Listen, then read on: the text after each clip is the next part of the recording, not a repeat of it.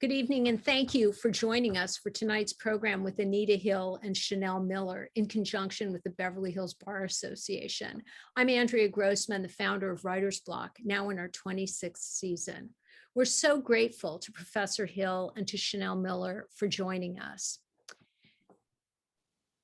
30 years ago, when Anita Hill stepped into the spotlight of those unforgettable Senate Judiciary hearings, she became part of our collective conscience.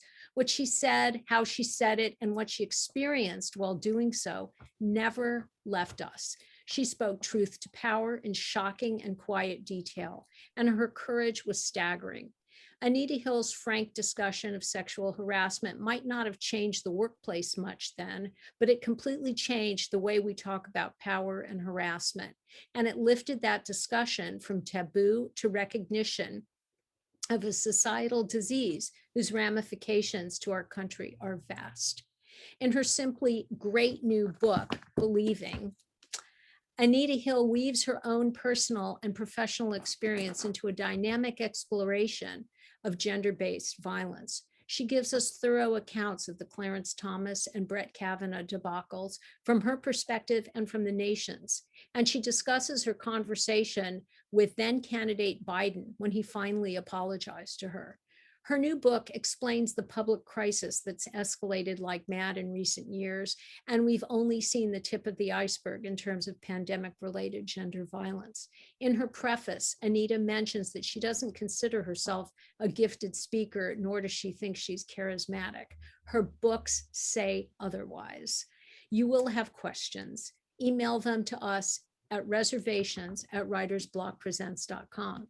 Chanel Miller joins us today to chat with Anita Hill. What a program. I'm so proud. Chanel Miller is an unwilling expert on sexual violence, having been raped at Stanford by the promising swimming star Brock Turner after she impulsively decided to attend a party with her younger sister.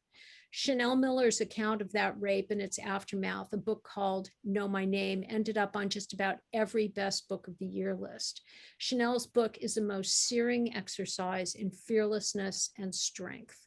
Again, you will have questions. Email them to us at writersblockpresents.com and we will try to get to them. It is such an honor and great pleasure to present Professor Anita Hill and Chanel Miller. Anita, it is an honor to be with you today.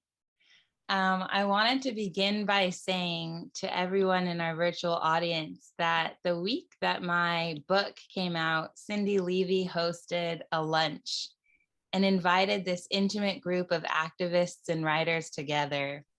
And I got there and Anita Hill and Gloria Steinem were there and Anita gave a speech and I was crying so hard. And after that little lunch and everyone left, I ran back in and I stole the little table placards. I stole Gloria's and Anita's. And I have just these two. And I put them on my desk when I'm writing because I wanted to remember the feeling of how it felt to sit across from you and look at you and Gloria and how it felt for you both to see me too, because I was and still am very new to the scene. And it's really daunting to think about how much of the work is still ahead. But when I saw you both, I had this realization that the work is going to be lifelong. And I made peace with that idea and could imagine that it could be a beautiful thing and not just a terrorizing endeavor. And so one day, hopefully I'll keep up this work and sit across from the table from a younger person. But thank you for embodying that and giving me hope that down the line, you know, I'll still be upright and just moving along and publishing books. So thank you, Anita. Well, it's a pleasure to be able to be in conversation with you. You know, we think about how we come into the public spaces that we're in right now. And one of the things that is clear about you is that you came in because of your story, but also because of your storytelling and your ability to convey so much feeling and emotion and, you know, pain, as well as joy in your writing. And I, I am just thrilled that you are continuing it. It's clearly where you were meant to be, and can't wait to see all the things that you're going to do. So you're just getting started, but we're still observing. We're still watching. Yeah, yeah. So on October 11th, as Andrea mentioned, it will be the 30th anniversary of the Clarence Thomas confirmation hearing. And you say in the book that the Thomas hearing hasn't faded, it never will, but it has receded.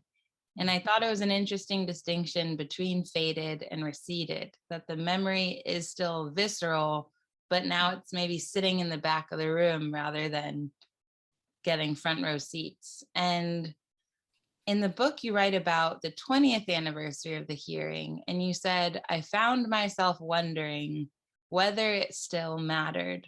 Would my experience resonate with people born after the hearing, like me? And the answer is yes, obviously, duh. And I think you feel that now, but I am wondering, as your perspective continues to deepen and you gain more and more clarity over time, and after the Ford hearing, what do you find yourself wondering as we approach the 30th anniversary? Well, I'm wondering now, with so much activism, so much energy, whether it's activism, organizing, you know, resources and support and advocacy on behalf of survivors and victims, or whether it's marching, or whether it's, you know, doing research and gathering information or writing books and or writing op-eds, all of this activity, I'm wondering, is the next turn, is the next phase where it all comes together in some specific policy, some things that we can look at and say, this happened because all of us work together over the past 30 years to make it come to this. And I'm excited that it can. Because I do see, I understand that writing the book that you wrote, the memoir, as beautiful as it was, as it and as it is, I don't know that it could have gotten near the reception that it deserved had it been written 10 years before. And the fact that people were able to see it for its strength and its beauty, I think is a testament to where we have begun to move as a society. And you also are very clear, and this is also something new, you're very clear about where you want things to go in terms of situations like yours. What should have been done? What are the right approaches? And I think we're more and more, we're at that phase where, okay, a friend of mine, a colleague and I were writing, and she used a phrase that I found really compelling. She said, it's time to stop admiring the problem. It's time to do something about it. And so I think that just says it. Okay, we've been looking at it, we've been examining it, you know, circling it, and now we are at the doing phase. What are we going to do? How are we going to solve it? Yeah, that's so interesting that you look at the last 30 years as like it's still festering and culminating, but it still needs to be acted upon. Yeah. And we need to bring it to a different level. And that's, I mean, when I'm thinking about some of the research that we have out there, that we know that leadership in this matters. And I'm talking about leadership in the top of our organizations, not just those of us who are working sort of on the ground to make things happen. It has to come from the people who actually have the power to make the change. Yes. And I want to ask, in terms of leadership, I want to talk about before you became who you are. And in the book, you say in 1991, you were at this crossroads after your testimony, deciding whether to respond to appeals for clarity on the issue of sexual assault or go back to your pre-hearing life as a law professor. And you had self-doubt, it seemed, and you said, I'm an educator, not a crusader. I'm not a gifted speaker. I don't fit the stereotype of a movement leader. But then Lillian Lewis, who is Congressman John Lewis's wife, said it's important to have a Black woman's voice in the public conversation about gender equality. And you realize you have a unique perspective, that all the answers are not in the law books and that you need to seek some on your own.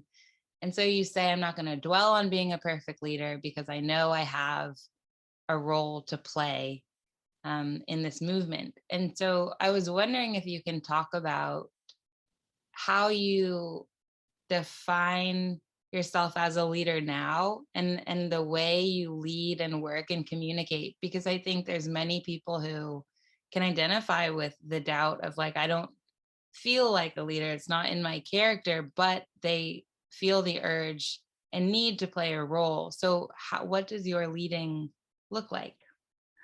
Yeah, well, first of all, you mentioned that I had doubt. I certainly had doubt about what I could really do, because I was sort of following the models of the 60s and the 70s, and I didn't feel that. I was appreciative of that, but I didn't feel it. And one of the things that I loved about the conversation that I had with Lillian Lewis was that, she talked about her own activism. She in Atlanta, and she talked about how she had come to it, how she also was an advisor to her husband. That was her, and others have talked about how strong an advisor, how reliable, and her wisdom was. And so it gave me a lot more confidence coming from someone like her. It wasn't, she was also, she was an educator, she was a librarian, she was a reader. And so that gave me a sense of comfort, like, here's somebody who is a reader, I'm a reader. And plus she was also this delightful person who had a wonderful sense of humor and a great presence, very positive presence. So I thought, if she's approaching me, then I can use what I have. Because that's what she was saying. She wasn't saying to me, well, you have to be like me, or you've got to be like, some of the women who are part of the civil rights movement. She recognized that I was a different generation. But she also recognized that I was a lawyer and a teacher, and that those were skills that could be used in terms of the platform that I had, and that was a unique platform. So if I were to describe myself as a leader now, I hope that people would agree that I'm a leader that really moves from learning. That I'm the kind of, I want to gather all of the information and I want to share it. And maybe that's what it comes from teaching. And I think teachers can be leaders. They have to be leaders. But what they have to do is they have to hold themselves accountable too. And I also want to think of that as one of the characteristics that I have as a leader, holding myself accountable, learning all that I need to do, being flexible enough to know when I need to change and leave someplace like University of Oklahoma, teaching in a law school, and to move halfway across the country to Massachusetts and teach in a policy school and learn from different disciplines other than the legal, exactly what we need to do to really tap into the human experience of gender violence. Yes. And so those are some of the characteristics. And other than that, and I actually was talking to someone the other day, it's like, I don't really know how to describe that. It's in terms of leadership, but it's based on knowledge, it's based on sharing information, it's based on really, really digging in and being flexible when you need to know you need to get more. And then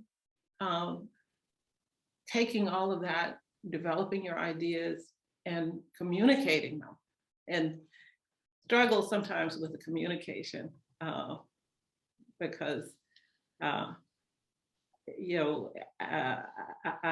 tend to be a fairly private person, but I'm getting there. I'm getting there. Well, speaking of leading and librarians and teachers, and Lillian, I also want to talk about your mom. And the first line of my book is, I am shy. And the first line of your book is, I am by nature a very private person, but we're here talking up a storm. We say, I am by nature a very private person, raised by a mother who was extremely private. And your mom was 5'2". She was the youngest of 14 children, but then grew up and had 13 kids of her own. And she was born in the Jim Crow South. And you say she showed her belief that the world would change for the better and that her children would be prepared to enjoy the benefits. And I think what's so amazing, she seemed like someone who always had her eyes on the horizon and really believed that the future had to be better. And I think in this work, it can be so heavy and we can become cynical. So can you talk a little bit about your mom and this mindset that she instilled in you growing up? Yes, well, specifically, she was the youngest daughter of these 14 children. She had a couple of younger brothers, but she was the youngest daughter. And I think they really treated her as the sort of baby girl in the family. But she had her first child when she was 16, close to 17. And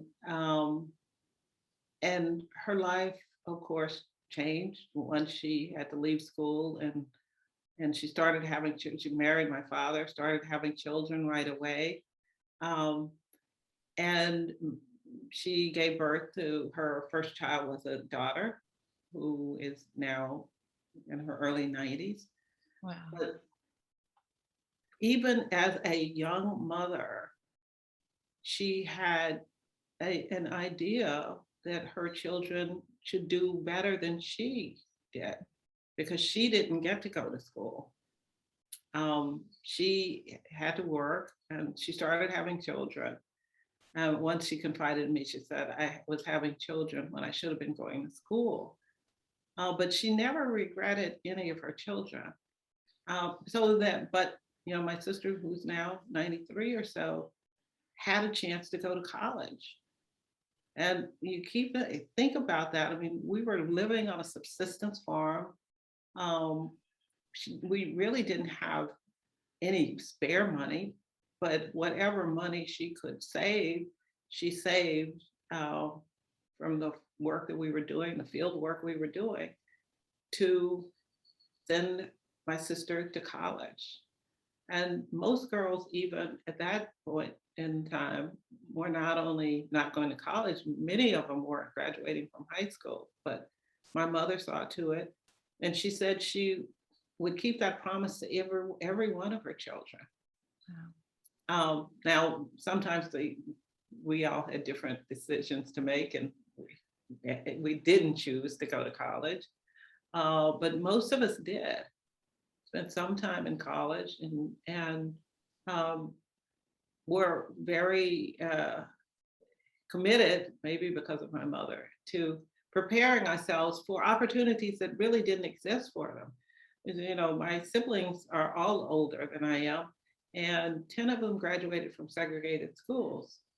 The youngest 3 graduated from integrated schools. So our lives, were really limited. And even those of us who went to integrated school, the vestiges of segregation were still there.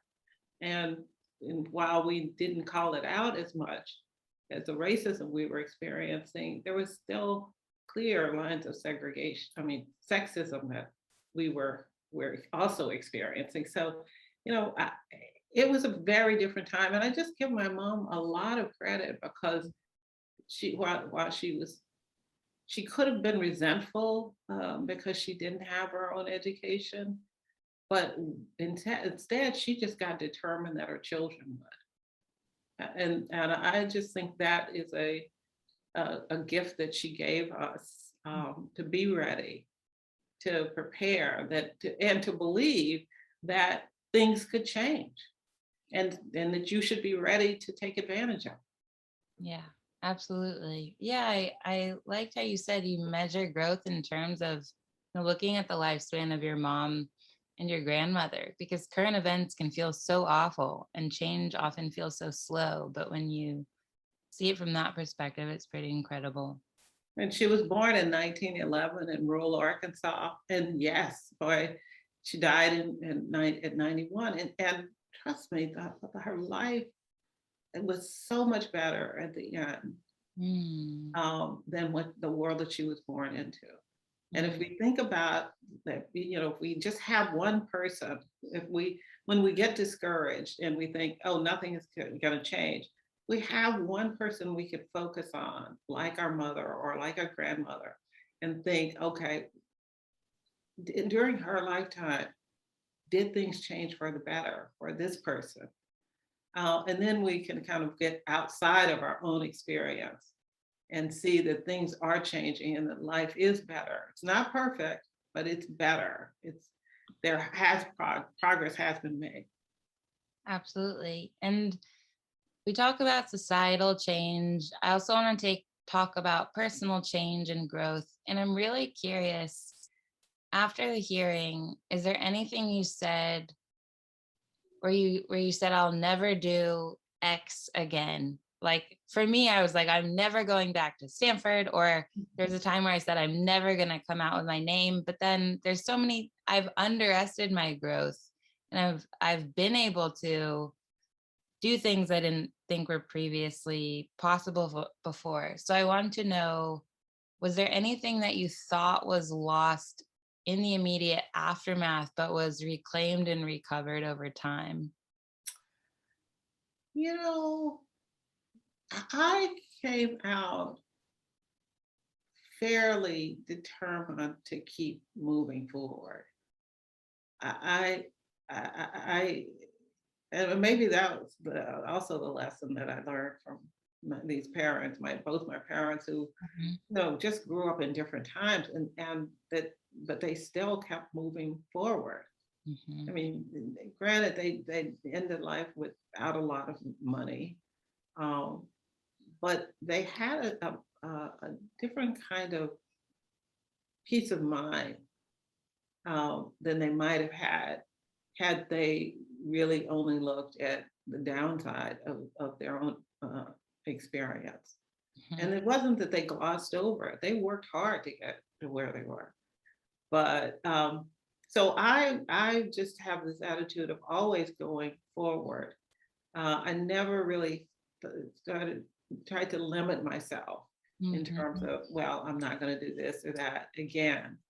At least not consciously. Maybe there were things that I shied away from. But, well, I guess there were the one thing that I think I really sort of laid the law down is right after the hearing, there was just so much going on. And people think that I left Washington, D.C., and then I went to Oklahoma and everything was fine and everything was calm. It was chaos. I mean, all throughout the law school. There was press everywhere. And uh, these people in the press would say, oh, would you just let me come to your class? And, I promise you that, I'll be fair in my reporting. And one of the lines that I did draw was, you will never interfere with my relationship with my class. I held that space sacred for me and for them. And so those were the things that I did to protect myself. But I didn't say, I'm never going to do something else, something again. But I did draw boundaries around the experience in Washington by just not letting people come into spaces that were so important to me and important to a group of young people who I was trying to teach, and to assure that I was going to be all right, and so were they.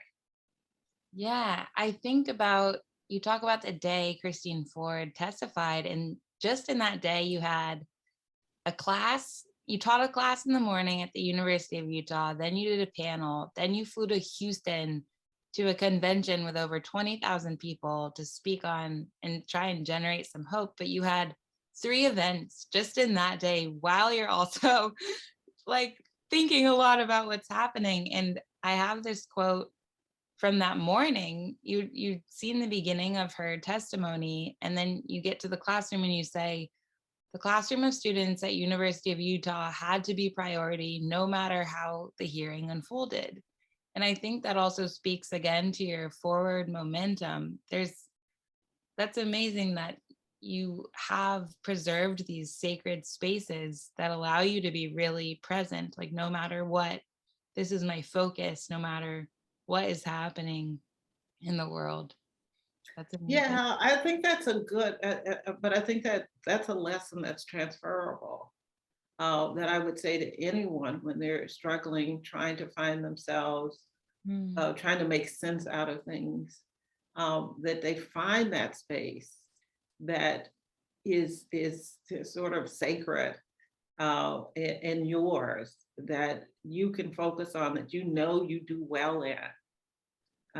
That you feel committed to doing, and don't be distracted. I still, even on that day when I was doing the panel and I was doing the classroom experience and then the big hall, there was one part of me that just said, maybe I could just go to sleep. Maybe I could just curl up in a blanket and watch this on TV and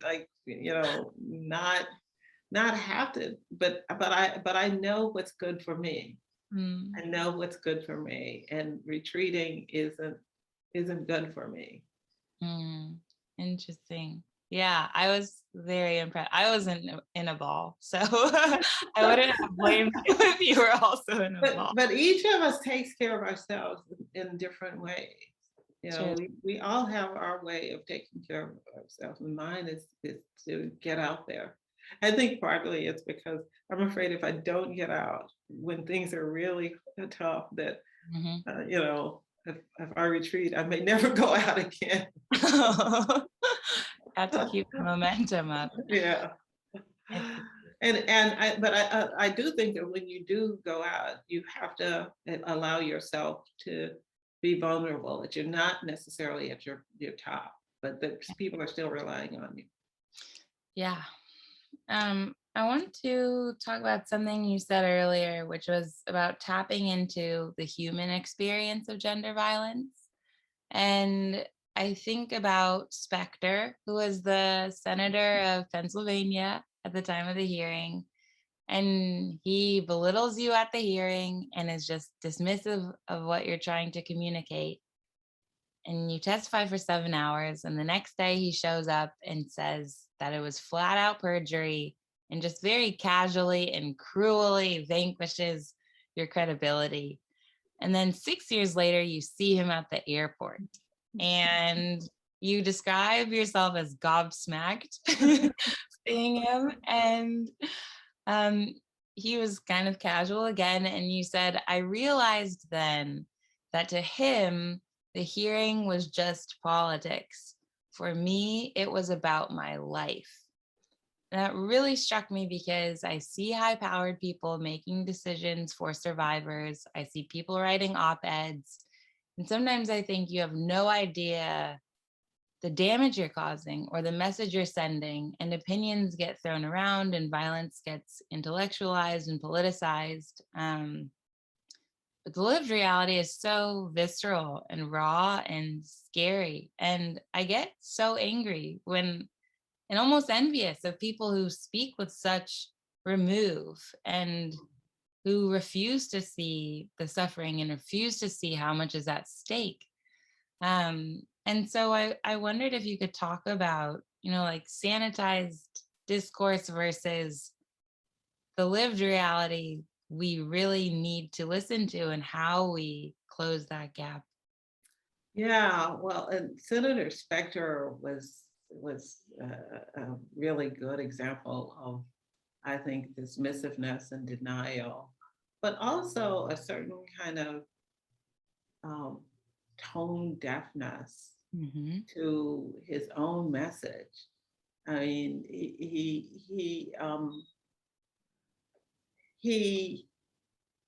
didn't understand the way that not only that I was feeling in that moment, but the way that many viewers were feeling. I heard from a woman today who said, hearing my voice just reminded her of that sort of gut sinking, gut wrenching feeling that she got from listening to that hearing.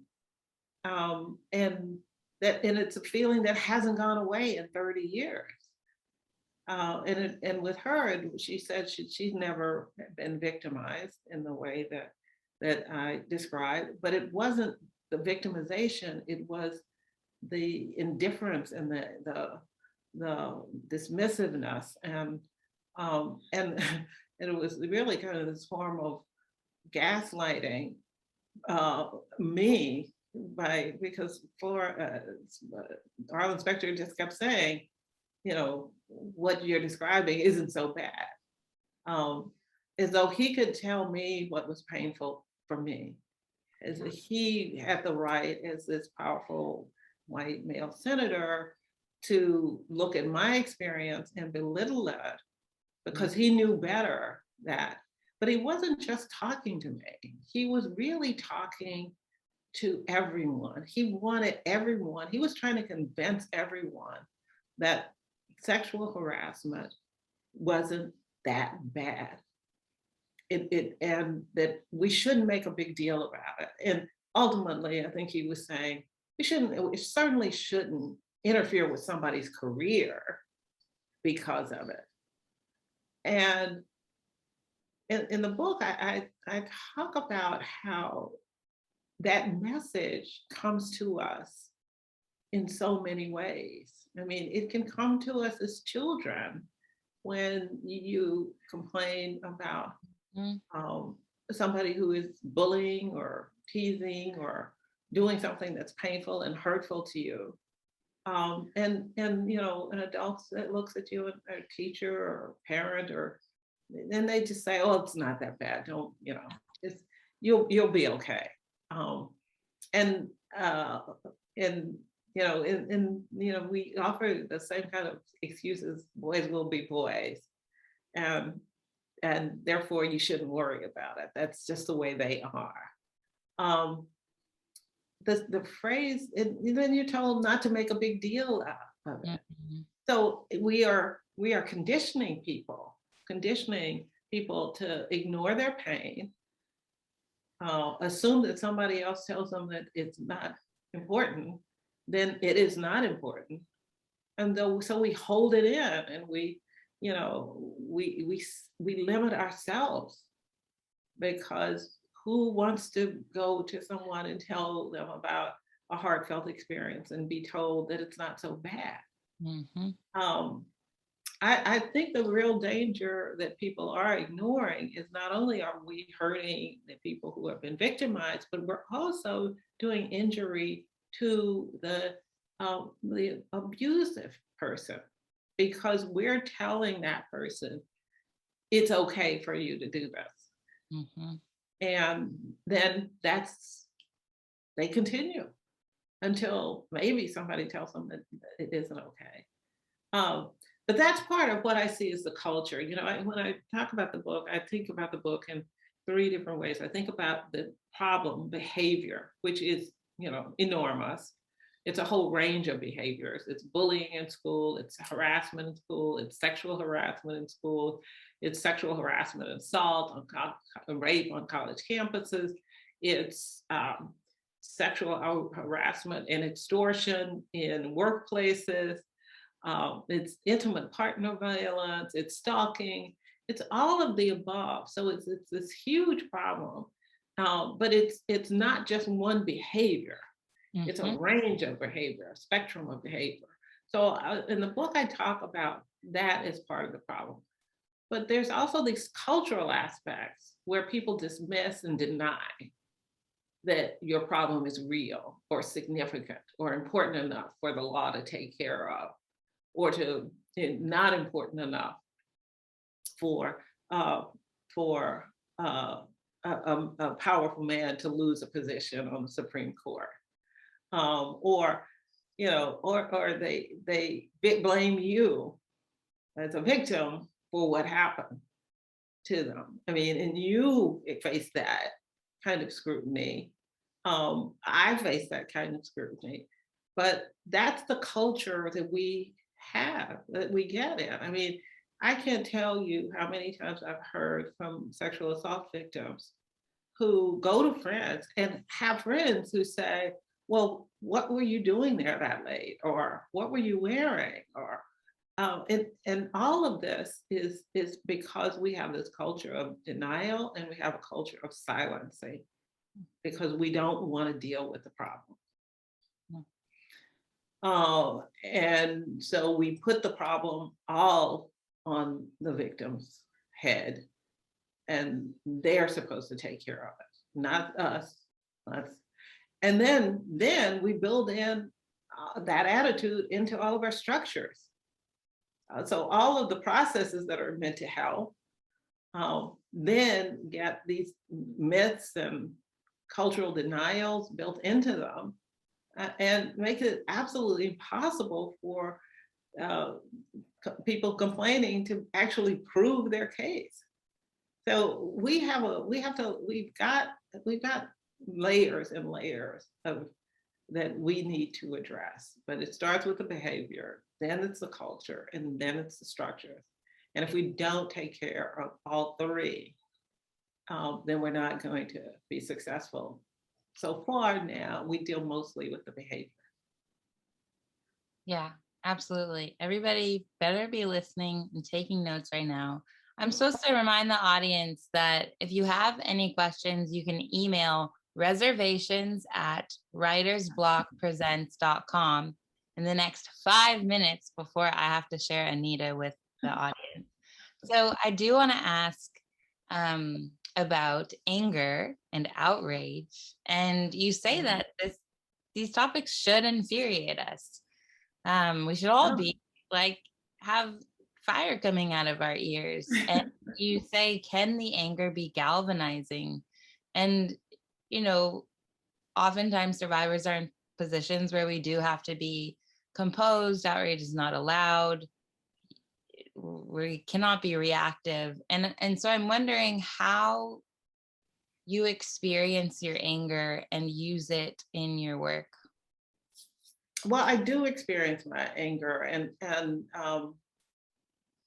I try not to suppress it, but I do try to tap into it to keep me motivated. It's like, if I don't do something about this, I'm going to just be angry. And that's not good enough. I have to do more than just be angry. So I've got to get out, I've got to write something, or I've got to go, talk to people about what needs to be done, or but I have to express it. I write op-ed pieces, and so that helps me, but it's much of that does come from anger that things are so bad for so many people and nothing is happening to change that. But the rage that I write about in the book is this collective rage too. And one of the things, passages that I really like is that I share some different letters that I've gotten that really expresses the rage of people after they watch the hearings in 1991, and then again after they watch the hearings in 2018, and so it is this this not just my rage, but other people's rage that I'm also very interested in, because I do believe that we need that to really get out and just attack this problem and urge our leaders to do something. There is a famous picture from 1991 where the congresswomen left the House side and went over and marched over to the Senate and said, you have to have a hearing on Anita Hill's charges. And I know when you look at their faces, there was a certain level of anger. It's like, why aren't these men doing anything? There were clearly more women in the Senate. In the House, there were only 2 women in the Senate altogether, 98 men and 2 women. And so I think they absorbed these women from the House of really kind of were able to express their anger and outrage, probably better than the women in the Senate because they were in such minority. But I think it's healthy for us to feel outraged. And the question then is, what do we do about it? We have been marching. They're marching on college campuses now about sexual assault. And in UMass, the protests against racism combined with the protest against sexual assault. So I think that is the kind of energy we need to tap into. We've got a huge knowledge base. We've got some energy out there. The urgency is there. And so I think now is the moment.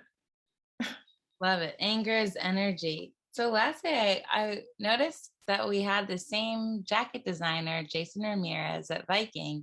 And I wanted to ask you about the cover. I know gender-based violence, sometimes calls for dramatic and dark images, but this image is so powerful and inviting and bright, and I love having it and seeing it. And so can you talk about how it came into being, and is there anything you expressed that you wanted, elements you wanted in the cover, and can you also describe the color that you are wearing? Well, it's kind of a coral orange, which I don't wear that much, but I like it enough now that I want to wear it every time. I want to wear the same jacket every time. Yeah. But one of the things that I wanted really did come from 1991, where I see so often that picture of me in profile, being sworn in. And I said, when you're with this book, because of the content and because of what I'm writing, I said, I want to be looking straight at the camera. I want people to look me in the eye. Wow. when they pick up this book, and know that I'm looking them in the eye and telling them the truth about what's going on in the world. And so that was the beginning of the design, that whatever picture that we put on it, that I would be looking dead into the camera, and that I would be looking serious, but also hopeful. Absolutely. Well, it's extremely effective and gorgeous.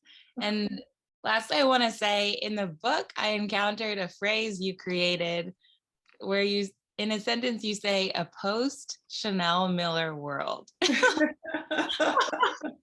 I think the only people who might have used that phrase before is my parents, before I was born. But what an honor to imagine a world that's defined by pre and post Chanel. So yeah, well, your lessons and that you brought the world really is so powerful that I think it is fair to say, this was our pre-Chanel Miller thinking about sexual assault. And now we're in a post-Chanel Miller world where we know better. We know better. Well, thank you for letting me be born into a post-Anita world to help me become who I am. I admire you more than anybody on this earth. And so thank you for inviting me to speak with you tonight. And I'll pass it over to Andrea and give it up to other people.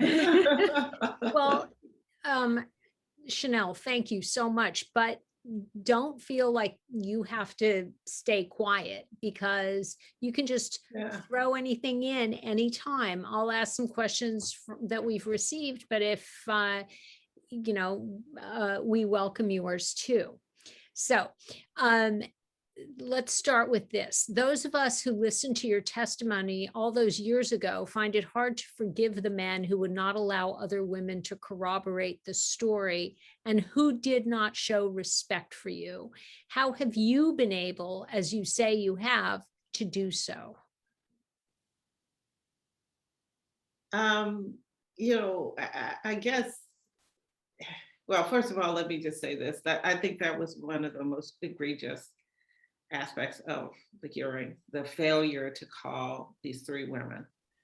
Again, just disrespect and dismissiveness of women's voices. And we see it all the time now, when you can have like 20, 30, 60 women talking about something, and it didn't matter, about whether, when it came right down to it, whether anything was going to be done or anybody was going to be held accountable. But in my case, it just didn't show up. In terms of respect, I'm not quite sure exactly what that question means. Probably not having your witnesses your fellow witnesses speak up for you, but the beauty of those witnesses was that they had their own experience.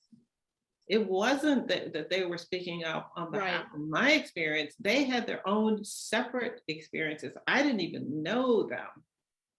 And they had their own separate experience with Thomas that they wanted to testify to. But you had all these senators like Grassley in your book. You mentioned some of these senators, Specter and Grassley, who can make us very, very angry at any time. But reading this, whether it's at the Kavanaugh hearing or at yours, they just dismiss everything that you say, that you invented it, that you because it was inconvenient to their purpose. Mm-hmm. They were only interested in getting through. They weren't interested in being informed. They wanted to get the hearings over because they didn't want to deal with the subject matter. And when that happens, in many instances, the decision goes to the most powerful. And the most powerful people, were the ones who wanted Thomas, they wanted Kavanaugh. They were in positions to exert that power. They had the presidencies, 2 presidencies behind them. And then, here we were, to people coming from outside of Washington who didn't really have a chance, because even the investigations were controlled by someone who had an interest in us not being believed. So this jumps to another question. Why would the FBI be so negligent in their investigation of the Kavanaugh accusers? Because this might have shown a pattern of conduct. That is something that needs to be investigated.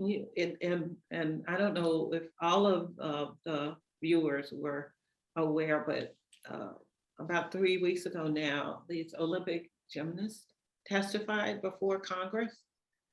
These were gymnasts who had been victims of Larry Nassar, the doctor who molested scores, maybe hundreds of young people over the course of his career, is now in prison. But last month, we learned that these girls at the time, one was 13 years old, when she told the FBI agent in Indiana, I believe it was, what had happened to her. And the agent listened to her. He didn't say a word, but at the end, he said to her, "Is that all?" And then he promptly disregarded all of the information that she had given, as well as that the others had given, 4 others had given, did not even investigate. So yeah, that does, when these things happen, when these processes fail us, then we lose complete confidence in our institutions. And we should, and we, I don't know how there will ever be a full accounting for that spectacular failure on the part of the FBI. But there needs to be some clarity about how could that happen? How did that agent have that much discretion just to ignore these children's complaint and allow Larry Nassar to go on to molest and abuse what has been estimated to be between 70 and 100 others after the complaints were filed with the FBI. So those are the kinds of issues that we're dealing with as a public, and I think we ought to be demanding that there be a report, that there be some clarity. I think that's how we're going to get public confidence back in these organizations that are supposed to be helping us. When several of former Governor Cuomo's aides came forward to describe his sexual harassment, we had you to thank for your speaking out 30 years ago. What would justice and consequences look like for you in this situation? Was resignation enough? I think, and maybe it's because I'm a lawyer, I do think that one of the consequences was not just Cuomo leaving office, but that's a big deal, especially from a guy who says, "I'm not leaving. I did these things, but that's just what I do." I think we had a real lesson in how these should be handled. I think Letitia James, the Attorney General, same party as Governor Cuomo, did a thorough investigation. She wrote a report that told how she analyzed the facts. She got testimony from both sides. She put that together, wrote a report, how she reached her conclusion. And then she called for accountability by saying that she believed that these women were telling the truth. Now, I think that is a victory that we kind of overlooked. And as I was discussing this with someone, I think that did a whole lot to keep the public from, still going back and forth over it. I mean, having that document, having that process, having that public announcement, that transparency, I think stopped all of this, like saying all the same, the stories about this being a he said, she said thing. It put to rest that kind of response. It allowed people to say, with facts behind them, this is why he should be resigning. You might not agree, but you do know that there are facts. maybe the facts might have led you someplace else, but there are facts in which a reasonable person could conclude means that he should have resigned. But that, I think, is the kind of thing that I would like to see more of, because what we had, for example, in the Kavanaugh case, seems to be a deliberate attempt to pit his word against hers. And he was backed by the President of the United States. And the FBI, again, and the FBI that went failed to nowhere. investigate. Yeah. So we have these episodes where the FBI has chosen not to investigate. And where do they get that discretion? And really, what I had asked in previous writings and at other times is whether the FBI is the organization that should be investigating these issues. Is there another body that should be investigating? Because the FBI, and this is the lawyer part of me, the FBI, for the most part, investigates criminal behavior. And what is happening in these public hearings is not that people are being charged with crimes. They're being charged with misconduct that makes them unfit for positions. They're not going to go to jail. They're just not going to get a job. So should a new agency be established, that's outside of the purview of the FBI, since they haven't stood up so far in a few important ways? Yeah, well, I think that it could be a new agency. It could be something within the Justice Department, Office for Public Accountability.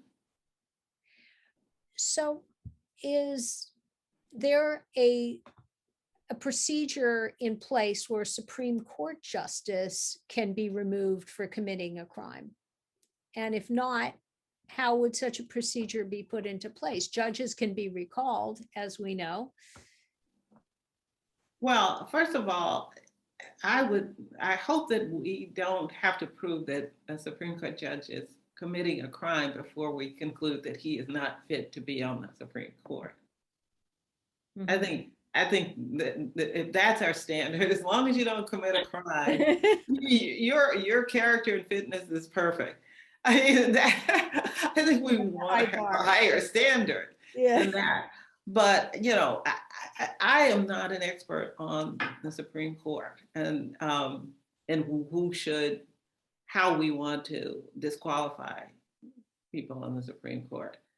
There are people who are. And I think they should be enlisted to start to help develop these rules.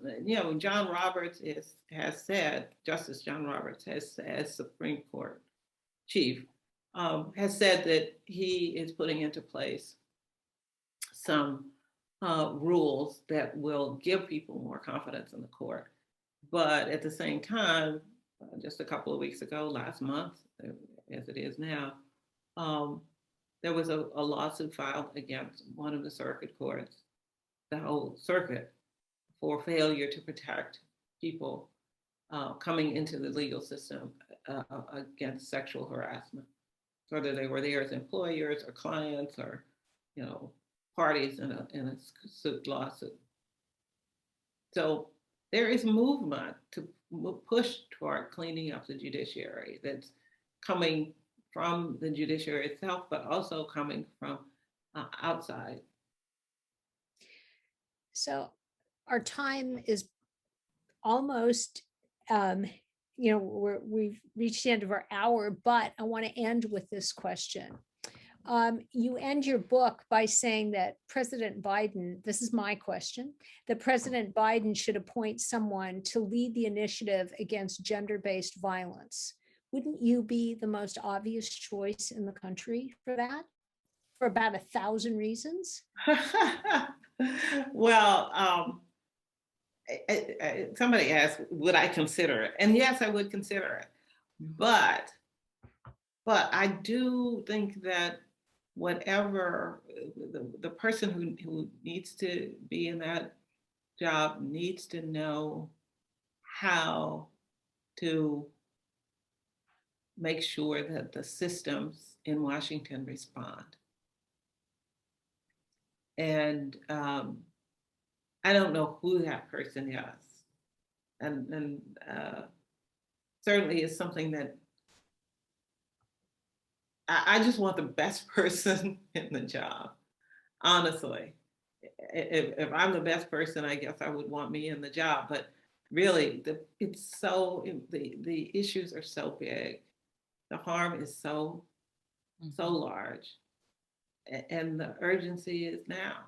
Right. I mean, we saw what happened during the pandemic in terms of gender violence, intimate partner violence, and it just revealed how many people are living in homes in terror because the situation came together that terror actually turned to violence. Mm-hmm.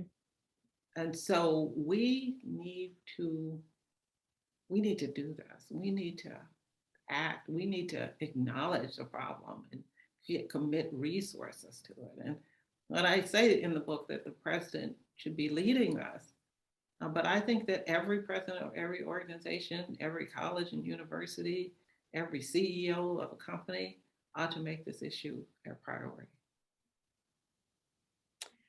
Chanel, do you have one more question? Because you've been awfully quiet for the last few minutes. Well, I'm just an admiring fan, and I have been taking my notes.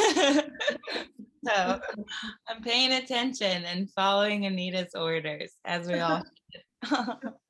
Okay, well, I want to thank both of you, and to all of our viewers who have tuned in from all over the country. We greatly appreciate it. Start your letter writing campaign right now to President Biden, who I believe is in favor of this gender violence, this gender violence expert because of his Violence Against Women Act, right? Right. And he's a man who said that he was going to cure cancer. We need somebody with big ideas or who are willing to take on big problems. Yeah, there you go, President Biden. Cure cancer. And I deal with this. This is a big problem. Right.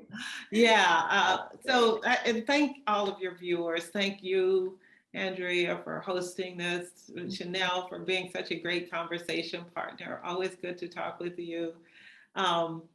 There is more work to be done. And I hope that by this conversation that we've enlisted some people to join us.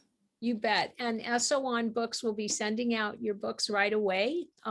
James from Eso Won assured me that. So thank you again, and we'll see you all soon. And Anita and Chanel, I greatly appreciate it. We're so honored.